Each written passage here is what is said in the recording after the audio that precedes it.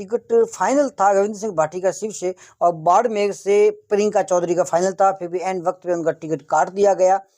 और उम्मीदवार राम बेनीवाल भी आज बैतूल विधानसभा क्षेत्र में अपनी अलग पहचान रखते हैं। निस्संदेह भाजपा के लिए मुसीबतें तो है, इसमें कोई दो राय नहीं है। तीनों मजबूत दावेदार हैं, तो भाजपा के लिए मुसीबतें तो होनी है।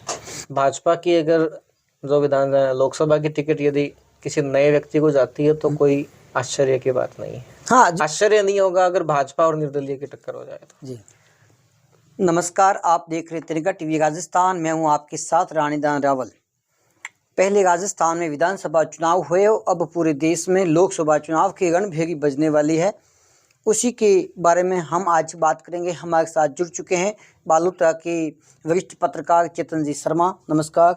नमस्कार चेतन जी, बात करेंगे लोकसभा चुनावों की। बाड़मेर जैसलमेर लोकसभा क्षेत्र की बात करेंगे जी, जो क्षेत्र की दृष्टि से बहुत बड़ा लोकसभा क्षेत्र है, तो उस पर बात करेंगे। क्या समीकरण हो सकते हैं, क्या वास्तविक धरातल पर वर्तमान किस पार्टी की मजबूती है, उस पर बात करेंगे। पहले अपन बात करें जिस प्रकार लोकसभा चुनाव होने वाले हैं और विधानसभा चुनावों में बीजेपी कांग्रेस दोनों की माने तो लगभग हार हुई है, क्योंकि जहाँ निर्दलीय जीते हैं वहां पर इसके बारे में आप क्या कहें? देखिए, बाड़मेर जिले के अंदर कुछ सीटों पे ये आंकड़े निकल कर आए जहां निर्दलीय लोग विजयी रहे और जनता ने उनको समर्थन दिया। जी, वो चीज़ें जब टिकट वितरण हुआ तभी से वो समीकरण दिखाई दे रहे थे जी, क्योंकि जो टिकट वितरण हुआ उसमें उन लोगों को दरकिनार किया गया जो बाद में निर्दलीय निकल कर आए जी, और उनकी जनता के प्रति जो उनका जुड़ाव रहा है और जनता का उनके प्रति जो समर्थन रहा है वो चुनावों से पहले ही नज़र आ चुका था। लेकिन यहाँ टिकट वितरण में कुछ चूक कह सकते हैं कि भाजपा की ओर से रही और वो जो भाजपा के बागी थे वही लोग निर्दलीय निकल कर आए। बीजेपी और कांग्रेस दोनों के प्रत्याशी कहीं पर ऐसे थे जहां पर जमानत तक जब्त हो गई थी। जी हाँ, ऐसी स्थितियां रही। तो वो उन्हीं स्थितियों में रही जब वहाँ जो भाजपा के बागी जो निकले थे वही लोग निर्दलीय आए और उन्हें जनता ने एक तरफा समर्थन दिया। जी, आप क्या मानते हैं कि जैसे बीजेपी अभी चुनाव लड़ेगी, कांग्रेस लड़ेगी, लेकिन निर्दलीय विधानसभा में जैसे टिकट फाइनल था रविंद्र सिंह भाटी का शिव से, और बाड़मेर से प्रियंका चौधरी का फाइनल था, फिर भी एंड वक्त पे उनका टिकट काट दिया गया। फिर भी लोगों ने वोट ये जान के दिया कि भाई ये जीतने के बाद बीजेपी में आएंगे, लेकिन अब तक बीजेपी ने इनको स्वीकार नहीं किया है, बीजेपी में गए नहीं है। इसका क्या कारण? देखिए, इसके पीछे ये राजनीति है, ये बहुत सारे फैक्टर्स यहाँ रहते हैं। किसे स्वीकार नहीं किया गया ये तो अंदर की बातें हैं जी, इसके बारे में कोई भी सटीक कमेंट करना अनुचित होगा। जी, कई सारे आपसी तालमेल के लिए कुछ आशाएं होती है, कुछ अपेक्षाएं होती है। जो अपेक्षाओं में तालमेल बैठता है तो दो लोगों का जुड़ाव हो सकता है। जी, तो इन लोगों का शायद जो अपेक्षाएं हैं जो पार्टी की इनसे या इनकी पार्टी से उसमें तालमेल नहीं बैठ पाया। आशा लोगों को थी कि जैसे ये लोग जीत के निकलेंगे तो निश्चित रूप से वापस भाजपा में आएंगे, पर अब तक ऐसा नहीं हुआ। तो उसके पीछे पार्टी की अंदरूनी क्या नीति है वो तय करती है इस चीज़ को। प्रियंका चौधरी को अभी कॉलेज के कार्यक्रम में बुलाया नहीं था, पर निस्संदेह अब तक बीजेपी में गए नहीं है, बीजेपी ने स्वीकार नहीं किया है। रविंद्र सिंह भाटी विधानसभा में कह चुके हैं कि हम किसी राजनीतिक पार्टियों के गुलाम नहीं है, तो इसका अब तक ये माना जाएगा अब तक किसी भी पार्टी में नहीं है। और उम्मीदवार राम बेनीवाल भी आज बैतूल विधानसभा क्षेत्र में अपनी अलग पहचान रखते हैं। पार्टी के से हटकर भी आरएलपी के उम्मीदवार थे, लेकिन उम्मीदवार राम जी की अलग पहचान बनी है। तो ऐसा अभी राजनीतिक गलियारों में चर्चा ऐसी चल रही है कि उम्मीदवार राम बेनीवाल, रविंद्र सिंह भाटी और प्रियंका चौधरी तीनों अलग अलग टिकड़ी बना गए हैं और लोकसभा चुनावों में बीजेपी के लिए बहुत बड़ी चुनौती बन सकते हैं। देखिए, यदि ये तीनों उम्मीदवार इकट्ठे होकर लोकसभा में उतरते हैं एक दूसरे को समर्थन देते हुए, तो निस्संदेह भाजपा के लिए मुसीबतें तो है, इसमें कोई दो राय नहीं है। तीनों मजबूत दावेदार हैं जी, और यदि ये तीनों इकट्ठे होते हैं तो अपने अपने क्षेत्रों में इनका बढ़िया वर्चस्व है जी। इनका पर्सनल वोट बैंक है, निजी इनका वोट बैंक है। तो निजी वोट बैंक इन्हीं के साथ है, इन्हीं के पीछे है और बड़ी संख्या, बड़ा अनुपात उसमें से इनके साथ बाद में भी दिखाया जा सकता है। यदि ये तीनों इकट्ठे होते हैं और मैदान में आते हैं तो भाजपा के लिए मुसीबतें तो होनी है। हालांकि अभी कांग्रेस में कोई संभावित उम्मीदवार दिख नहीं रहा है, और बीजेपी में किला चौधरी के अलावा फिलहाल कोई नजर नहीं आ रहे हैं। और पहले ऐसी भी चर्चा थी कि मानवीर सिंह जी बीजेपी में आएंगे, लेकिन अभी उनके हादसा हो गया, तो अभी ये कहना अपन मुश्किल है, नहीं कह सकते। लेकिन फिर भी कांग्रेस से उम्मीदवार एक सोनाराम चौधरी चुनाव लड़े, हेमाराम जी चुनाव लड़े, तो इनमें दोनों में से भारी कौन पड़ सकते हैं? देखिए, अगर आंकड़ों की बात करें और धरातल के वोट बैंक की जो आम जन के अंदर चर्चा क्या है, उस पर अगर हम जाएं, जो कि हमारा काम है, हम उसी पे कुछ कह सकते हैं। हमारा निजी तो कोई राय होती ही नहीं है। जी जी। तो उसके अनुसार ये लग रहा है कि हेमाराम जी अलग संन्यास ले चुके हैं, लेकिन राजनीति में कुछ कह नहीं सकते। यदि वो आते हैं, जैसा कि चर्चाएं लोगों में, तो यदि वो आते हैं तो निश्चित रूप से एक अच्छी छवि उनकी आमजन में ज्यादा मजबूत छवि है। और सोनाराम जी की बात करें तो सोनाराम जी भी बड़े नेता हैं, बहुत बार पदों पर रह चुके हैं, विधानसभा सदस्य भी रहे हैं, लोकसभा से भी रहे हैं। परंतु एक तो उनका बार बार पार्टी बदलना, हाँ, इस चीज ने अब लोगों पर नेगेटिव छाप छोड़ दी। क्योंकि इस बार जब उन्होंने पार्टी छोड़ के दल बदला, तो उसके बाद उनकी तुलना जो है अब नीतीश कुमार से की जाती है जी। और दूसरा, अपने क्षेत्र में वो बहुत मजबूत हैं। एक दल विशेष में, एक समुदाय विशेष में उनकी बहुत गहरी पकड़ है। पर ओवरऑल, क्योंकि लोकसभा चुनाव पूरे क्षेत्र का होता है, एक विधानसभा क्षेत्र की बात नहीं रहती, यहाँ एक जिले की भी बात नहीं रहती जी।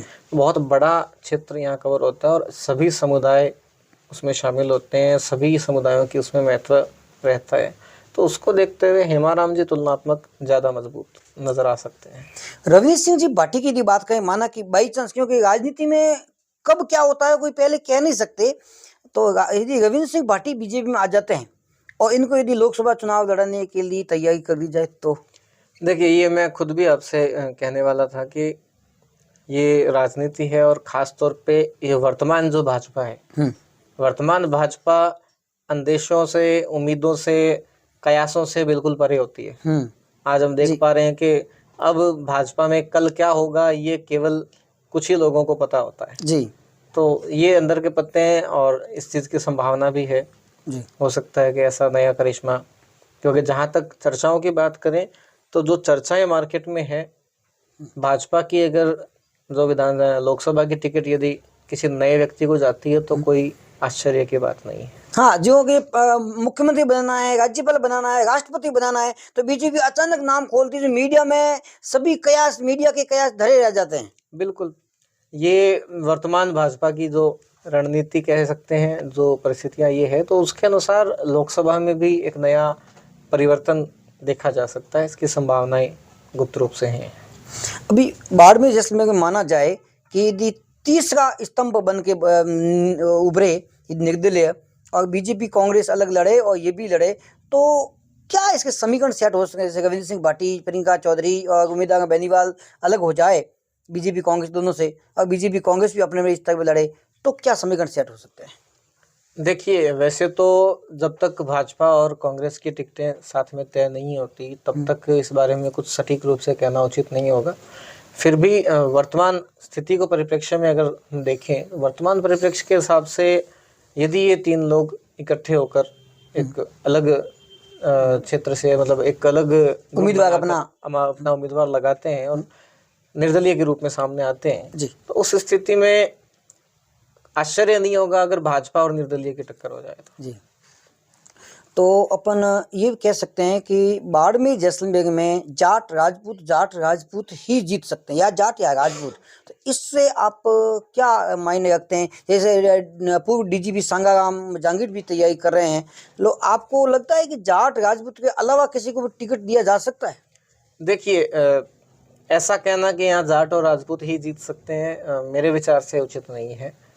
अन्य व्यक्ति भी यदि आता है, जैसे आपने कहा सांगाराम जहांगीर यदि जो पूर्व डीजीपी रहे हैं और समाज के सम्मानित और वरिष्ठ व्यक्ति हैं, तो ऐसे व्यक्ति जब आते हैं तो निस्संदेह लोगों का एक अलग उनके साथ समर्थन नज़र आता है। खास तौर पे उनकी बैकग्राउंड क्या रही है ये भी बहुत महत्वपूर्ण होता है। एक अच्छे पद पर रह चुका व्यक्ति और यदि एक साफ छवि का व्यक्ति आता है तो आज की जो राजनीति है उसमें हम कई बार जाति और समाज को छोड़ के भी परिणाम देख चुके हैं। सर अभी 5-7 दिन पहले की बात है, कांग्रेस के एक बाड़मेर जिले के वरिष्ठ नेता ने एक बयान दिया था कि जाट, SC ST मुसलमान तीनों एक जहां पर हो जाए उसी की जीत हो जाएगी। तो ये जातीय समीकरण, पहले कहते हैं कि जाति देख कर वोट नहीं देना चाहिए और उम्मीदवार देख के वोट को, फिर ये नेता ऐसे शब्द बोलते हैं कि वो जाति एक हो जाओ, वो जाति एक हो जाओ। तो क्या जाति के बंधन में बंध कर चुनाव होंगे तो क्या विकास की अपन परिभाषा गढ़ पाएंगे? देखिए, पिछले आज़ादी के बाद से राजनेताओं ने यही किया है जी, आम जन को जातियों में हमेशा बांटने का काम उन लोगों ने किया है, चाहे वो कोई भी पार्टी हो। हम किसी व्यक्ति की या पार्टी की बात नहीं कर रहे हैं, लेकिन ज़्यादातर जगहों पर ये हुआ है, ये देखा गया है। और उसी का परिणाम है कि हम विकास में जहाँ होने चाहिए थे शायद आज वहाँ नहीं है जी। और जहाँ तक आम जन की बात है कि उन्हें वोट क्या जाति में बंध के देना चाहिए, तो इसका तो कोई कारण ही नहीं बनता है जी। जातिगत वोट यदि कोई देख के दे रहा है तो बिल्कुल अनुचित ही है जी।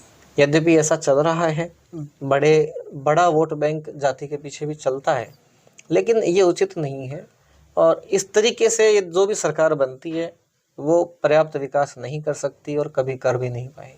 चेतन जी, आपने काफी लंबे समय से पत्रकारिता की है और सटीक आप विश्लेषण करते रहे हैं, लेकिन अपन ये भी देखते हैं टिकट वितरण होता है वो जाति का बाहुल्य देखकर ही होता है और फिर बड़े नेता आते हैं और भाषण देते हैं कि जाति के आधार पर वोट लेना, आप उम्मीदवार देख के करिए। तो ये कैसे संभव हो सकता है?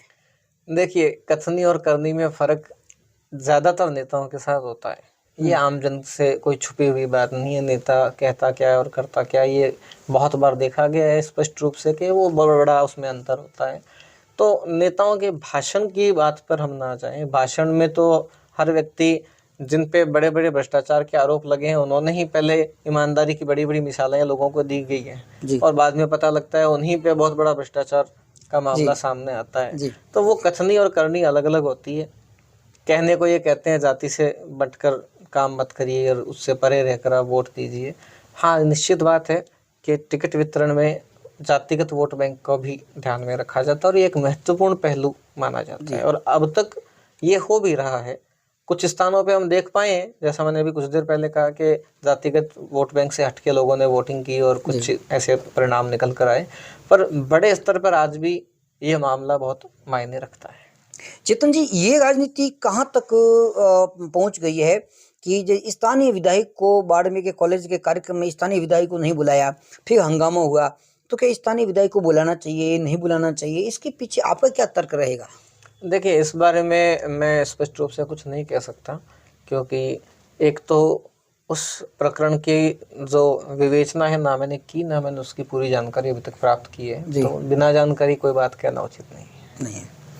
लोकसभा, आगामी लोकसभा चुनाव के बारे में और आपके संक्षिप्त विचार किस प्रकार रखेंगे? देखिए, लोकसभा चुनाव एक सांसद हमारे यहाँ चुना जाता है इस क्षेत्र के लिए और वो सांसद केंद्रीय स्तर पर पूरे क्षेत्र का प्रतिनिधित्व करता है। तो व्यक्ति ऐसा हो जो वाकई में जो अपने निजी स्वार्थ हैं, जो जातिगत जो विचारधाराएं हैं, उन चीज़ों से हटकर और निस्वार्थ होकर स्वच्छंद रूप से काम करे। जनता पैसे को, किसी भी प्रकार के लालच को, जातिगत स्वार्थ को, इन चीज़ों को छोड़कर वोटिंग करे तो शायद ज़्यादा बेहतर उम्मीदवार को हम लोग जिता पाएंगे। यदि जनता को लगता है कि कोई भी उम्मीदवार ऐसा नहीं है तो उसके लिए भी संविधान में नोटा का जो प्रावधान है उसको उपयोग करके लोग अपने वोट की शक्ति को दिखा सकते हैं। जब तक आमजन वोट की सही ताकत को नहीं पहचान रहा है तब तक जो परिस्थितियां, जो विडंबनाएं हम देखते आ रहे हैं कि कई बार आम आदमी बहुत बुरी तरह परेशान हो रहा है, पता लग रहा है कि बहुत बेसिक सी जो समस्या थी उस पर भी कोई उनका जनप्रतिनिधि ध्यान नहीं दे रहा है, तो ऐसी जो परिस्थितियां देख रहे हैं उसका कारण है सही वोटिंग ना होना। और जब तक सही वोटिंग नहीं होगी तब तक समाधान नहीं होगा। चेतन जी, आपने एक बात कही तो अपन एक नया टॉपिक और इसके साथ जोड़ देते हैं कि जैसे चुनाव आते हैं, राजनेता वोट मांगने आते हैं, तब इस प्रकार से आते हैं कि वास्तव में ये दान लेने आए हैं और जनता है वो मतदाता है, दानदाता है, और चुनाव जीतने के दूसरे दिन बाद उन राजनेताओं की शक्ल, भाषा, व्यवहार इस प्रकार बदल जाता है कि कई बार तो जनता उनके घर पे जाती है, धक्के देकर गाली गलौज करके बाहर निकाल दिया जाता है। उसी का, जो मैंने अभी कहा कि ये उसी का कारण है कि जब वोटिंग होती है ना तब हम लोग विकास को सही उम्मीदवार को कई बार नहीं देख के अन्य कारणों को जनता देखती है। ये मेरा निजी है, ये मेरा परिचित है, मेरा तो काम कर ही देगा जी। तो जब हम केवल मेरा काम कर देगा इसलिए हम उसे जितवा दें, तो इस तरीके की जो वोटिंग है जी। या कुछ पैसों के लालच में जग जाहिर है, हम स्पष्ट रूप से कह सकते हैं कि बहुत सारी जगह पकड़े भी जाते हैं, पैसा बांटे जा रहे हैं वोट के अगेंस्ट में, नोट के बदले वोट दीजिए। इस तरीके की जो घटनाएं जब तक दृष्टिगोचर हो रही है जी। तब तक इस प्रकार के नेता चुन के आते रहेंगे जी। और तब तक जनता को मुंह की खानी पड़ेगी। धन्यवाद। आप थे हमारे साथ बालोतरा के वरिष्ठ पत्रकार और विश्लेषक चेतन जी शर्मा, जिन्होंने आज स्पष्ट मुखर होकर बात कही कि आगामी लोकसभा चुनाव जो अप्रैल मई 2024 में होने वाले हैं उन पर बाड़मेर जैसलमेर लोकसभा क्षेत्र में क्या रहेंगे समीकरण और क्या निर्दलीयों की हो रहेगी भूमिका, इस पर और आगे भी इसी चुनावी यात्रा में हम बात करते रहेंगे। तब तक जुड़े रहिए हमारे साथ, देखते रहिए तिरंगा टीवी राजस्थान। जय हिंद, नमस्कार, जय भारत, नमस्कार।